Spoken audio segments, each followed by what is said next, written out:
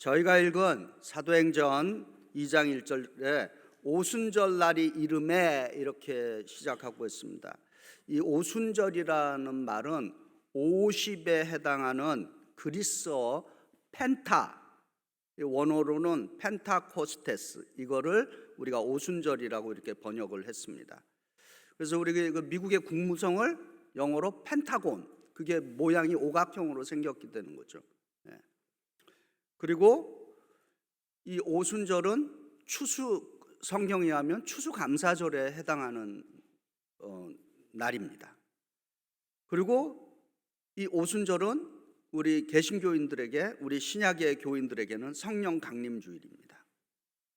오순절 성령 강림주일은 교회의 생일입니다.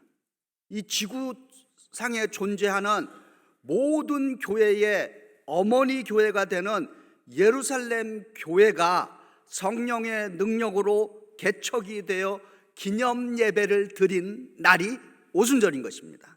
할렐루야. Happy birthday to the church. 교회의 생일인 것입니다.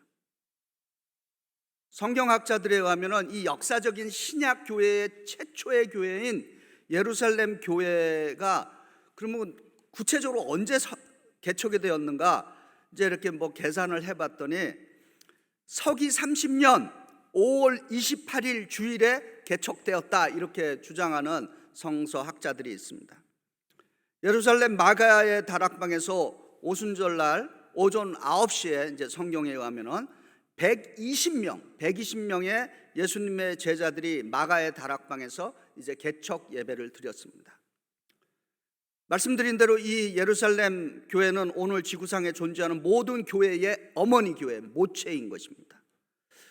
근데 성경에 이 놀라운 그 신비, 이 교회의 오순절 그 성령 강림으로 탄생한 교회와 그 성경의 창조의 이야기, 바벨탑 이야기, 그리고 시내산의 십계명 이야기가 지금 이 사도행전 2장에 등장하는 오순절 성령 강림 사건과 아주 밀접하게 관련이 있습니다. 그러면은 어떻게 이 사도행전 2장에 나오는 오순절 그 이야기가 교회 개척 이야기가 구약에 나오는 창조 이야기와 관련이 있는가를 좀 말씀으로 보겠습니다. 첫 번째로 창세기 그 1장 2절에 나오는 천지 창조 이야기는 천지를 창조하실 때 하나님의 영이 무엇을 하셨는가를 이렇게 기록하고 있습니다. 땅이 혼돈하고 공허하며 흑암이 깊음 위에 있고 하나님의 신은 수면에 운행하시느니라, 이렇게 증거하고 있습니다. 그런데 영어 성경 중에 예루살렘 바이블이라고 있습니다. 그 성경은 하나님의 신은, 우리말로 하나님의 신은 수면에 운행하시니라, 이거를 영어로는 어떻게 번역을 했냐면 The wind from God, 하나님께로부터 나오는 바람이 물 위에 운행하고 있었다, 이렇게 번역을 한 것입니다. 다시 말해서 이 세상을 그 태초에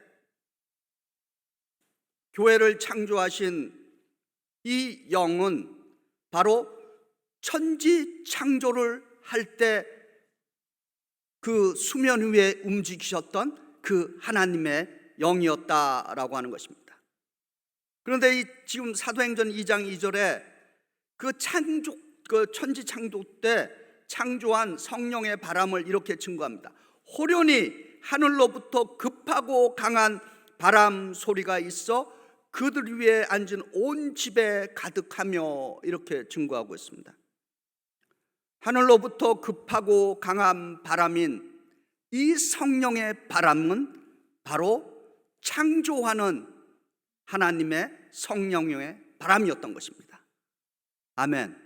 천지 창조 때 하나님으로부터 불어오는 바람이 천지를 창조하셨듯이 사도행전에서 지금 하늘로부터 급하게 내려오는 그 바람은 교회를 창조하는 바람이었다라고 하는 것입니다.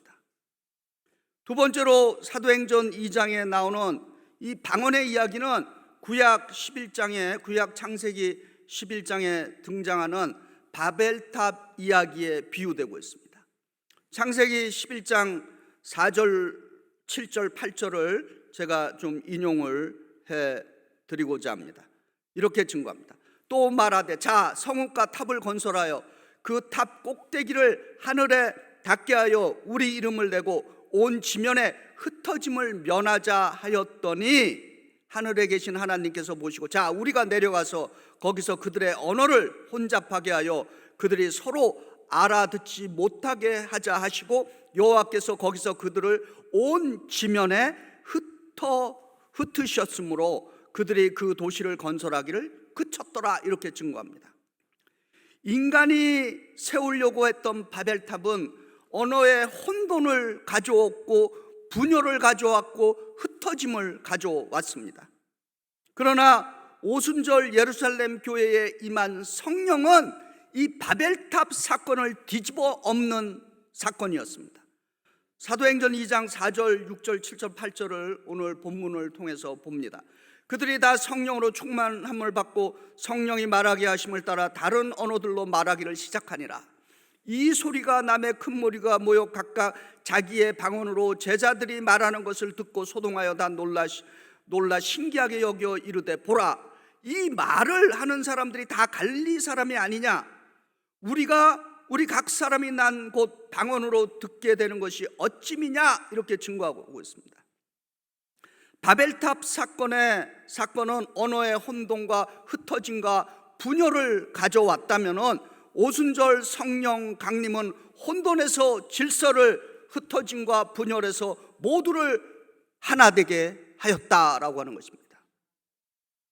세 번째로 사도행전 2장에 나오는 성령 강림 사건은 출애굽 공동체가 출애굽에서 50일째 되는 날 시내산에서 모세를 통해서 십계명을 받은 것에 비유가 되고 있습니다.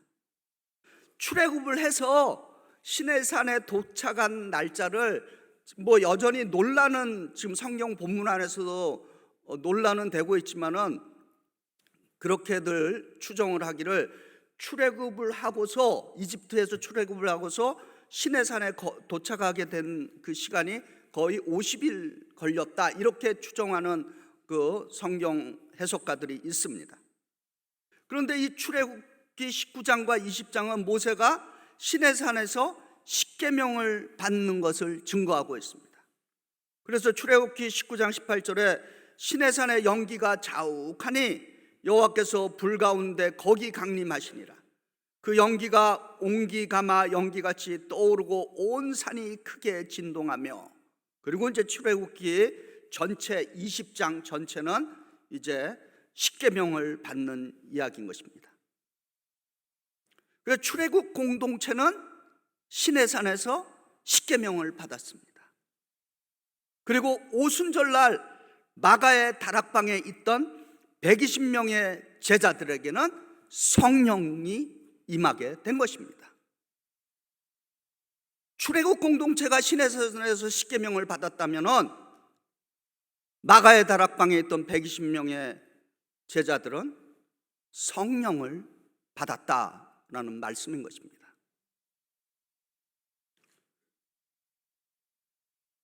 천지창조 이야기, 바벨탑 이야기, 시내산에서 십계명 받은 이야기, 이것이 오순절 성령 강림절 교회의 탄생의 비유가 된다라고 하는 것은 지금 우리가 섬기고 있는 이 교회가 얼마나 귀중하고 가치 있고 중요한 것인가를 증거하는 말씀인 것입니다. 그러니까 교회를 신통치 않게 여기서는 안 되는 것입니다. 하나님의 말씀을 통해서 천지창조와 바벨탑 이야기와 십계명을 비유가 되는 그 이 오순절 성령 강림은 이 세 가지의 사건을 다 융합하고 있는 사건인 것입니다. 그래서 우리들에게 오늘 이 시대에 이 교회를 주셨는데 교회를 가치 있게 여기기를 바랍니다. 소중하게 여기시기를 바랍니다. 어떤 분이 저에게 이런 말을 한 것을 기억합니다. 자기는 자기 인생에서 가장 중요한 것이 교회라고 간증하는 그런 소리를 들은 적이 있습니다. 참 대단한 고백인 것입니다. 목회자로서 저도 제 인생을 뒤돌아볼 때 교회가 없었더라면 내가 어떤 존재가 되었을까를 상상해 보게 됩니다. 만약에 교회가 없었다면 제 인생은 아무런 의미가 없었다, 이렇게 고백할 수 있습니다. 왜냐하면 저는 교회를 통해서 우리 주 예수 그리스도를 만났고, 교회를 통해서 저는 지금까지 목회를 감당하고 있고, 그러기에 만약에 내 인생에서 교회를 빼버린다면 과연 무엇이 남을까? 아무것도 남는 것이 없는 것입니다. 의미가 없게 되는 것입니다, 인생 자체가. 그래서 교회를 통해서 내 인생은 의미가 있고 보람이 있고 기쁨이 있고, 교회를 통해서 주의 복을 경험하고 있는 것입니다. 바라기는 교회를 섬기시는 여기에 앉아 계신 모든 분들이 내가 섬기는 교회를 가치 있게 여기시기를 바랍니다.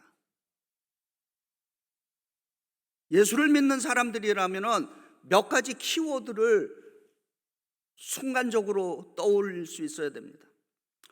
성경 공부 시간은 아니지만 한번 퀴즈 한번 내볼게요. 하나님 그러면 뭐가 탁 떠오릅니까? 예? 할렐루야. 예. 예수님 그럼 뭐가 탁 떠오릅니까? 할렐루야. 성령 그럼 뭐가 떠오릅니까? 성령 그러면 예수께서 보혜사 이렇게 말씀해 주셨는데, 성령 그러면 교회가 탁 떠올라야 되는 것입니다. 그래서 예수 믿는다면은 적어도 하나님 그러면 사랑의 하나님, 예수님 그러면 은혜가 풍성하신 예수님, 성령님 보혜사 성령님, 교회의 주인이신 하나님, 이런 것들이 몸에 배어야 하는 것입니다. 교회가 교회인 이유는 교회는 성령의 공동체이기 때문인 것입니다. 교회가 세상의 수많은 오르가니제이션, 세상의 단체들과 다른 이유가 딱 한 가지 있습니다. 쉽게 풀이하면은 세상의 수많은 기관들은 인간이 합의해서 세운 것입니다. 그러나 교회는 성령 하나님께서 성령을 통해서 세워주신 것입니다. 그래서 교회에 성령이 떠나면은 그 교회는 죽은 교회인 것입니다.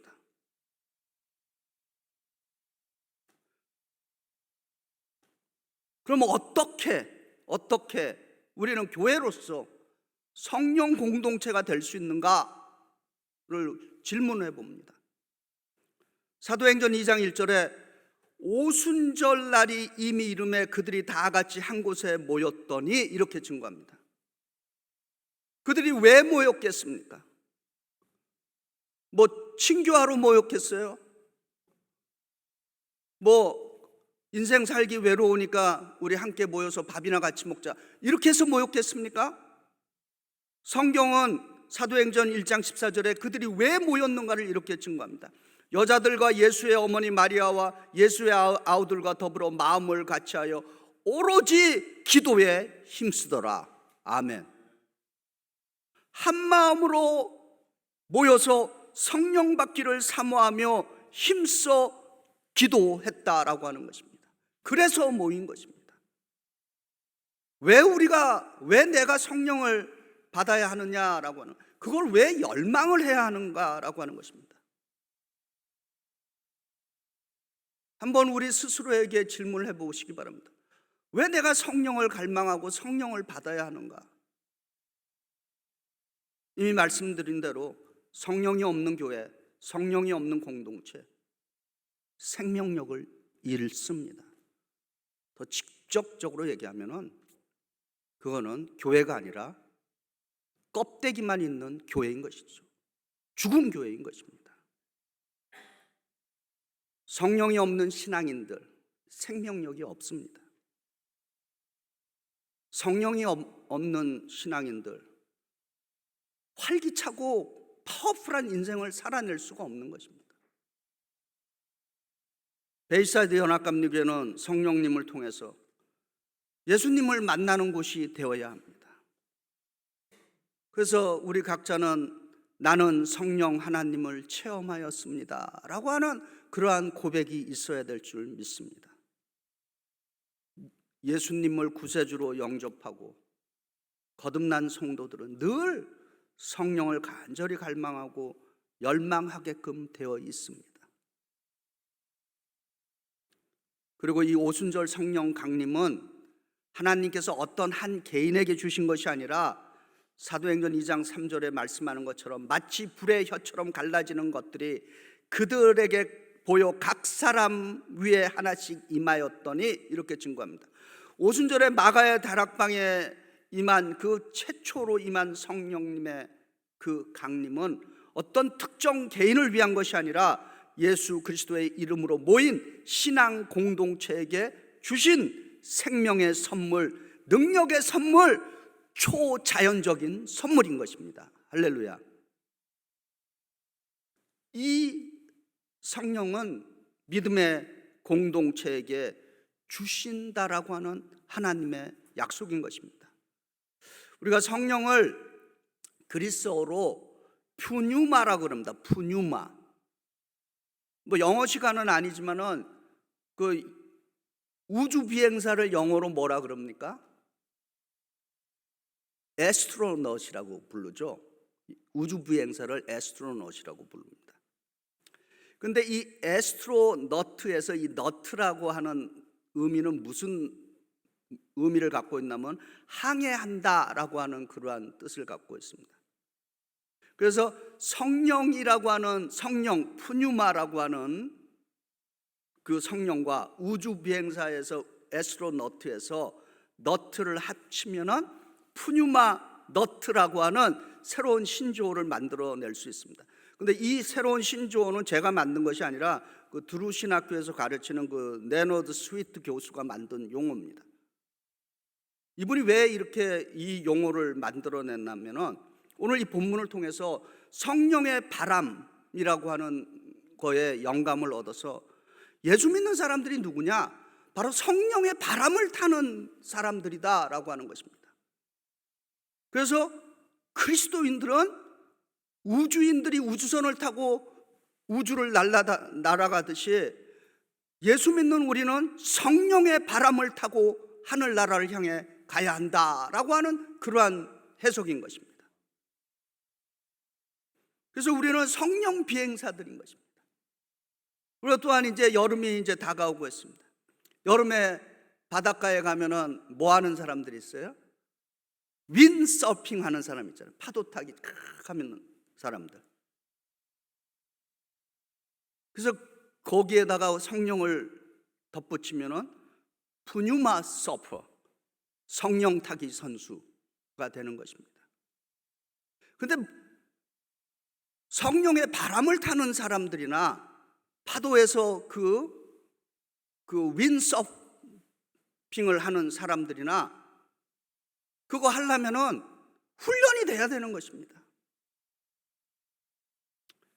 제가 어린 시절에 두발 자전거 배우기 위해서 가장 먼저 탔던 자전거가 있습니다. 시골에서. 지금도 기억이 나요. 애가 탈 수 없는 자전거예요. 어른들이 끌고 다니는 그 당시 그 짐자전거 여기 계신 분들 생각나시는 분들, 애로서는 감당하기도 힘들어요. 그리고 올라타도 발이 안 닿아, 이 페달에. 그런데도 그거 어떻게 하고 올라타고 그냥 막 그 어린 나이에 그거 밀다가 그냥 그게 감당이 됩니까? 엎어져 갖고 얼굴 까지고 뭘 팔 다 까져. 그렇게 해서 포기하면은 자전거 탈 수 있습니까? 그렇게 몇 번 엎어지고 나니까 그 큰 짐짝 같은 자전거도 진짜 어린아이가 안장도 제대로 닿지 않는 거 해갖고 발을 뭐 엇갈려갖고 아무튼 해서 그냥 그거 끌고 탄 적이 있습니다.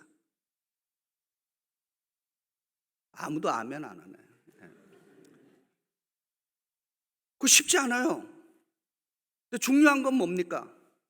그 자전거 타기 위해서도, 그 두발 자전거 타기 위해서 연습을 해야 되는 것입니다. 그 다른 말로 신앙의 용어로는 훈련이라는 말인 것입니다. 훈련되지 않은 그리스도인들, 성령의 바람을 타기는커녕 바람 불면 다 엎어지는 것입니다.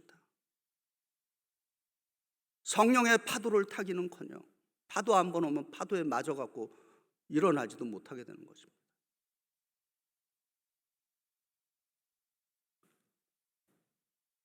과연 성령의 바람을 타는 교회,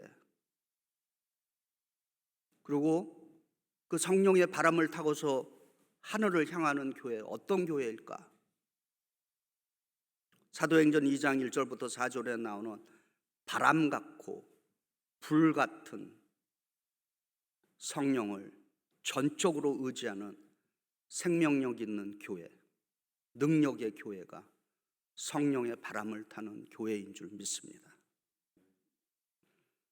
성령을 받은 이 공동체 무엇을 하는가라고 하는 것입니다.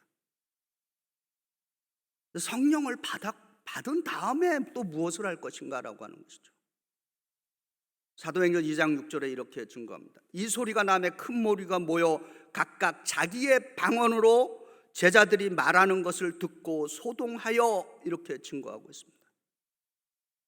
지금 여기 모여있는 120명의 제자들, 성령 강림을 통해서 그들은 성령 받은 것을 증거하고 증언하는 고백 공동체, 증인 공동체가 되었다라고 하는 것입니다.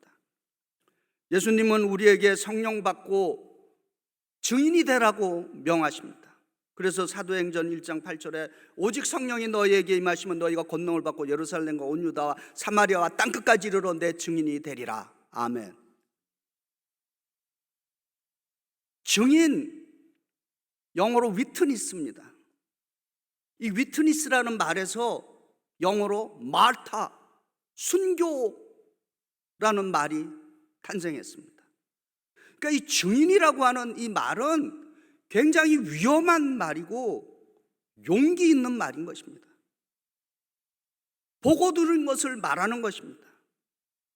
초대교회 성도들이 왜 그 노마 시대에 어마어마한 압박과 순교를 당하고 각종 죽음으로 처형을 당한 줄 아십니까? 증인이 됐기 때문인 것이에요. 고백을 했기 때문인 것입니다. 예수님은 나의 구세주입니다 라고 고백을 했기 때문에 죽음을 당한 것입니다. 그래서 이 증인은 법적인 용어입니다. 법정에서 쓰는 용어입니다. 그래서 무슨 재판할 때 보면 증인석 이렇게 불러내잖아요. 근데 이 증인석에 딱 쓰면은 뭐 한 번도 서본 적은 없지만은 그 영어에서는 이렇게 손 얹고 이렇게 하잖아요. 그래서 영어로 그러죠. Nothing but the truth. 그게 무슨 말입니까? 오직 진심만을 말하겠다. 이렇게 이제 선언하고 얘기하죠.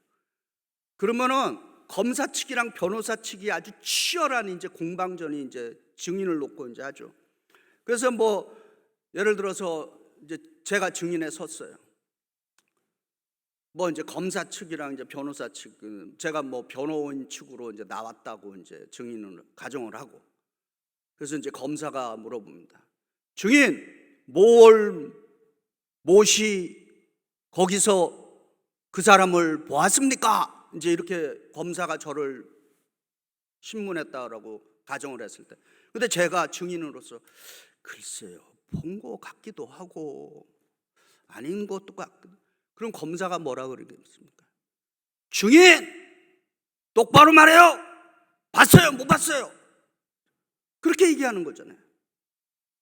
봤으면 본 것이고 못 봤으면 못 봤다고 하는 것이, 그것이 증인의 역할인 것입니다. 본 것도 같고 안 본 것도 같고, 그럼 증인을 쓸 이유가 없는 것이죠. 서기 30년에 예루살렘 교회를 개척한 성도들은 예수님을 다른 사람들에게 증언하고 증거하는 고백 공동체, 증인 공동체가 된 것입니다. 우리는 예수 믿는 사람이라고 증언하는데 언변이 좋을 필요 없습니다. 말과 행동으로 따라오면 되는 것입니다. 하나님 앞에 우리가 두 가지의 증인자로 살아갈 수 있습니다. 오늘 이렇게 드리는 이 예배, 우리는 주님 앞에 증인의 역할을 하고 있는 것입니다.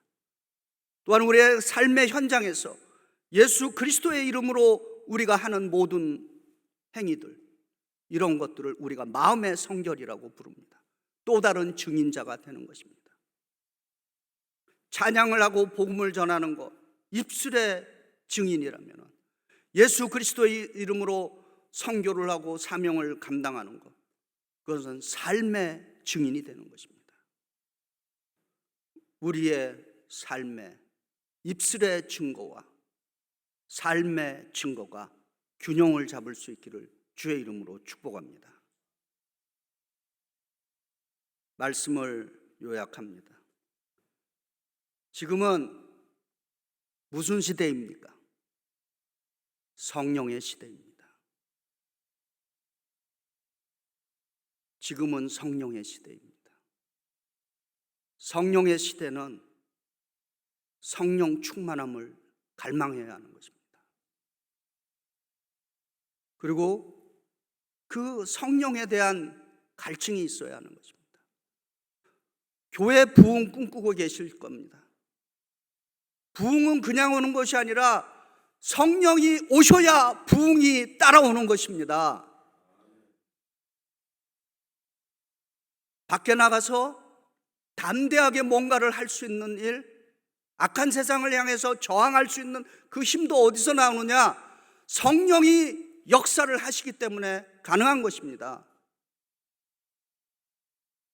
우리는 영이 다른 사람들인 것입니다.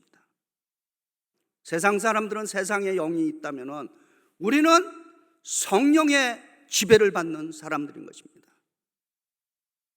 그래서 우리는 성령을 사모해야 하는 것입니다. 성령을 받아야 예수님을 담대하게 입술로, 그리고 거룩한 삶으로 증언하고 고백할 수 있게 되는 것입니다. 이 오순절 성령 강림절을 맞이해서 우리 베이사이드 연합감리교회가 이 시대에 주님 오시는 그날까지 성령의 공동체로서 쓰임받을 수 있기를 주의 이름으로 축원드립니다.